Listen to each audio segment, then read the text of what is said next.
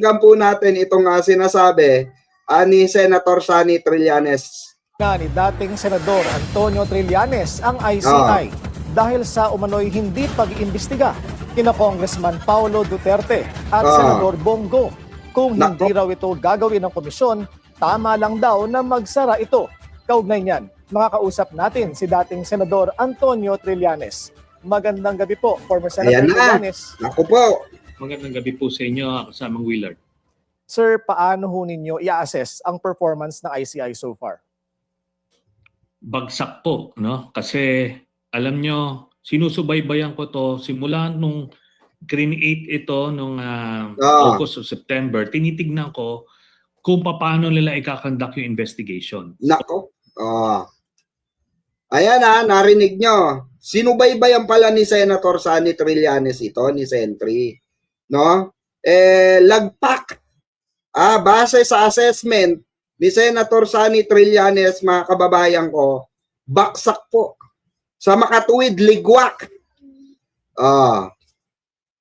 Tuloy natin. Ordinarily, dapat sisimulan nila yung investigation kung saan ba ito nanggaling, kailan ba ito nagsimula. Correct. Kaso ang nangyari, sporadic kung saan-saan lang ang investigation na nagsisimula. Tapos, yung mga malalaki, talagang pinakamalalaking mga insertions at anomalous transactions, kagaya nga nung kay yung 51 billion pesos na insertion ni Pulong Duterte. Ayan mga kababayan, post muna natin. Nagbigay tayo ng ating salooben dito sa sinabi ni Senator Trillanes na paligoy-ligoy kung saan napupunta. Pero ako to be honest in my own opinion, mga kababayan, napansin ko rin po, pansin naman siguro natin mga kababayan, na para bang itong ICI ay parang merong kinikilingan. Diba? Na para bang walang direksyon, wala tayong nakikitang direksyon. Kasi nga po, bakit? Kasi nga, puro diskaya ang topic nila. Diba? Puro diskaya ang pinapatrending nila sa headlines.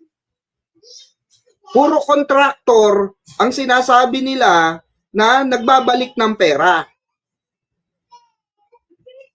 Paano naman yung diba? Correct nga naman si Senator Sonny Trillanes. Kaya paano nga naman yung 51 billion pesos na pinatunayan at merong under oath yun nino po, nang namayapang si Secretary Yusek Cabral po.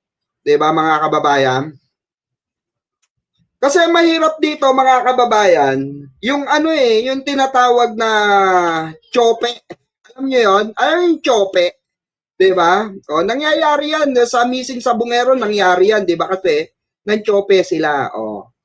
Kumbaga, nagbebenta ng laban. Para bang itong Duterte, yung laban ng Duterte ay parang binibenta.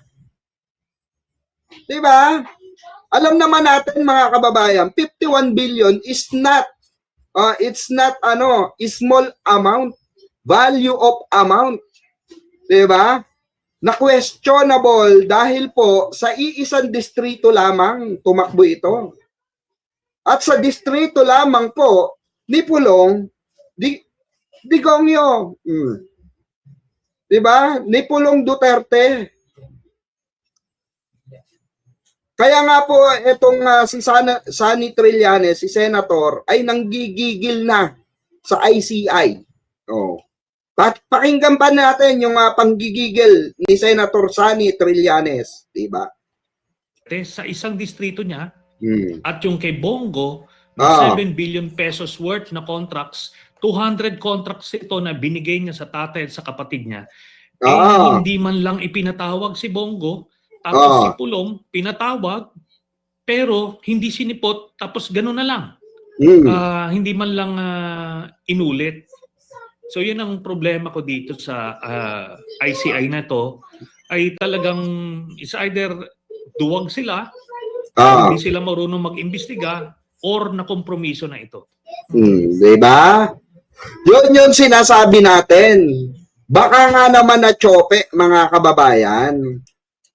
'Di ba? Baka na tsope eh. Kasi nga, itong bilyong piso at yung kay Bongo, questionable naman talaga. Bakit nga naman hindi nyo inimbestigahan, ICI? Oh. Kayo naman eh, hindi nyo inimbestigahan itong ano na ito, itong tawag dito, itong kinalalagyan ng kaso na ito. Oh, alam naman natin mga kababayan na itong kaso na ito, tinutukan ito ni Sentry. 'Di ba? Ito po ay hindi biro na kaso ng flood control. Hindi po ito simpleng kaso ng graft and corruption. Kaya nakakapagtaka nga naman, 'di ba, na pumunta itong ICI doon sa baluarte ng Davao pero hindi pumunta kay sa baluarte ni Pulong Duterte. Oh. Kaya doon questionable. Marami pong nagque-question. Ako isa na ako doon sa nag-iisip na para bang may pinoprotektahan, may kinikilingan, 'di ba? 'Di ba dapat totoong serbisyo lamang, 'di ba? Sabi nga ni Mike Enriquez, mga kababayan, 'di ba? Dapat 'di ba serbisyong totoo lang, walang kinikilingan, walang pinoprotektahan. Para bang itong ICI meron pong pinoprotektahan at may kinikilingan. That's the big question. Kaya ako sa tingin ko mga kababayan, kung ako ang tatanungin nyo personally, mas gusto ko pa na si Senator Sonny Trillanes na lamang po ang mag-imbestiga, no? Kasama, maggawa siya ng sarili niyang ICI or italaga siya ni President PBBM kapalit nitong mga kumag sa ICI. Pasensya na kayo sa ICI, pasensya na po kayo. Pero sorry to say, no? Ang kukupad nyo. Makupad pa kayo sa pagong, 'di ba? Ang tanong na lang namin dito ICI, kulangot na ba kayo? Kulangot na ba kayo ng mga Duterte? Kagaya nila Bongo. Kayo ba ay ano ba kayo? Maka-Duterte o makabayan? Kasi batay sa sinasabi or pinupunto ni ni Senator Sonny Trillanes, para bang 'di ba, patay bahala na lang kayo. Wala na kayong ginawa regarding dito sa issue ni Pulong at ni Bongo. Which is totoo yun sinasabi ni Senator Sonny na nagsimula ito, 'di ba, dun sa malalaki. Tuloy natin. Sa ngayon, Senator, isa na lang ang commissioner na natitira sa ICI at yan ang kanilang chairman na si Justice Andres Reyes Jr. Palitan mo na yan, Sentry. 'Di ba? Palitan na dapat yan. Isa na lang pala sipakay na yan. Kasi sa totoo lang, mga kababayan, ang naiipit dito si Presidente. Totoo, real talk. Ang naiipit dito ang ating mahal na Pangulo kasi pinagkatiwalaan sila ni Pangulong BBM, ng ating mahal na Pangulo, ng ating magaling na Pangulo. Umaasa ang administrasyon na Bongbong Marcos na masugpo agad ito. Mapanagot yung dapat mapanagot, malaki man o maliit. 'Di ba? Remember, nagbitaw ang ating mahal na Pangulo, nasasagasaan lahat. Walang kapamilya, walang partido. Pero parang itong parang itong ICI parang kumakabig ng bagya Para bang nagpapabango sa 2028 election. ICI remind lang namin kayong sambayan ng Pilipino. Remind lamang po namin kayo especially Secretary Vince, remind lang namin kayo. Kayo po ay tinalaga dyan ng ating mahal na Pangulo ng aming Pangulo. Kami, bilib kami sa Pangulo eh. Dahil kaya niyan sagasaan ang malalaki. Kaya niyan sagasaan ang mga malalaking sindikato. Bakit parang kayo ata para kayo nalumpo? Para kayo nagka-osteoporosis sa bagal nyo. Diba? Diba? Tanong ko lang, tanong lang Secretary Vince at sa lahat ng nasa ICI. Kinotongan ba kayo ni Magalong? Binoljakan ba kayo? Diba? Parang takot kayo kay Magalong eh. Napansin nyo mga kababayan, parang parang nakokontrol sila ni Magalong kasi nakakapagtaka na. Nandiyan pa rin yung matandang ulupong na yan, Nandiyan pa rin yung matandang kulangot na yan at ayaw magtrabaho sa kanyang syudad. Uy, Magalong, magtrabaho ka sa sa Baguio. Huwag mong pakialaman yung trabaho na pinagagawa ni Pangulo. Sa iba, nag-resign ka na eh. Nag-resign ka ng hayop ka. Diba? Yung kaanimalan mo, dalin mo sa Baguio. Huwag mong dalin sa Ito trabaho to para sa taong bayan. Para sa Pilipinas ito. Ngayon, alam namin maka-Duterte kang animal ka eh.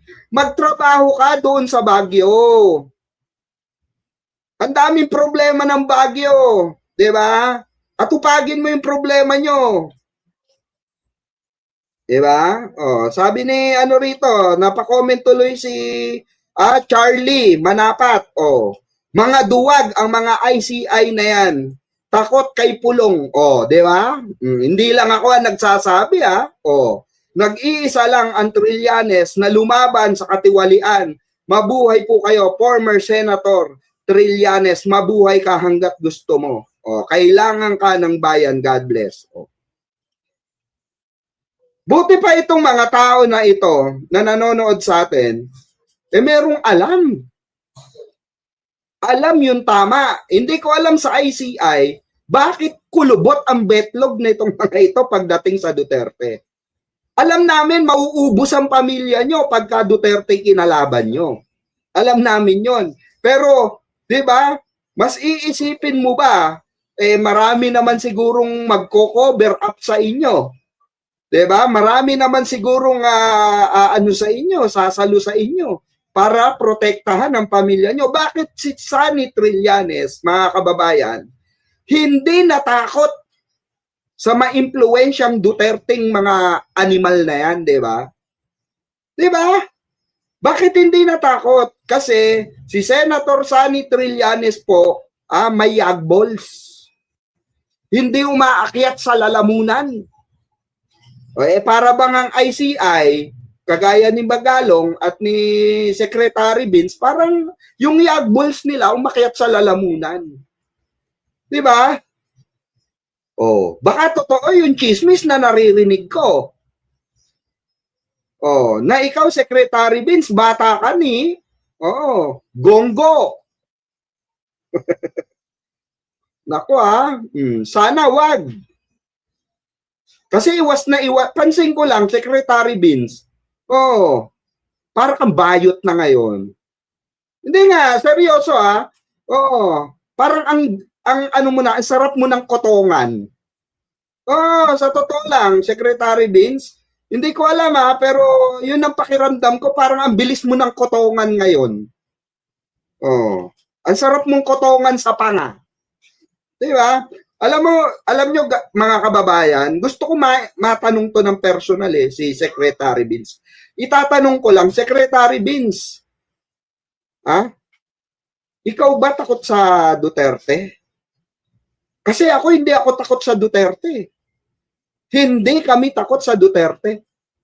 Sino ba yung mga yudi pungal na yan? Di ba? Kami lang ang nagluklok dyan. Tama, mali. Sa taong bayan, yumaman yung mga hayop na yan. Pegador, wala kang kawala. Pegador, kayo ay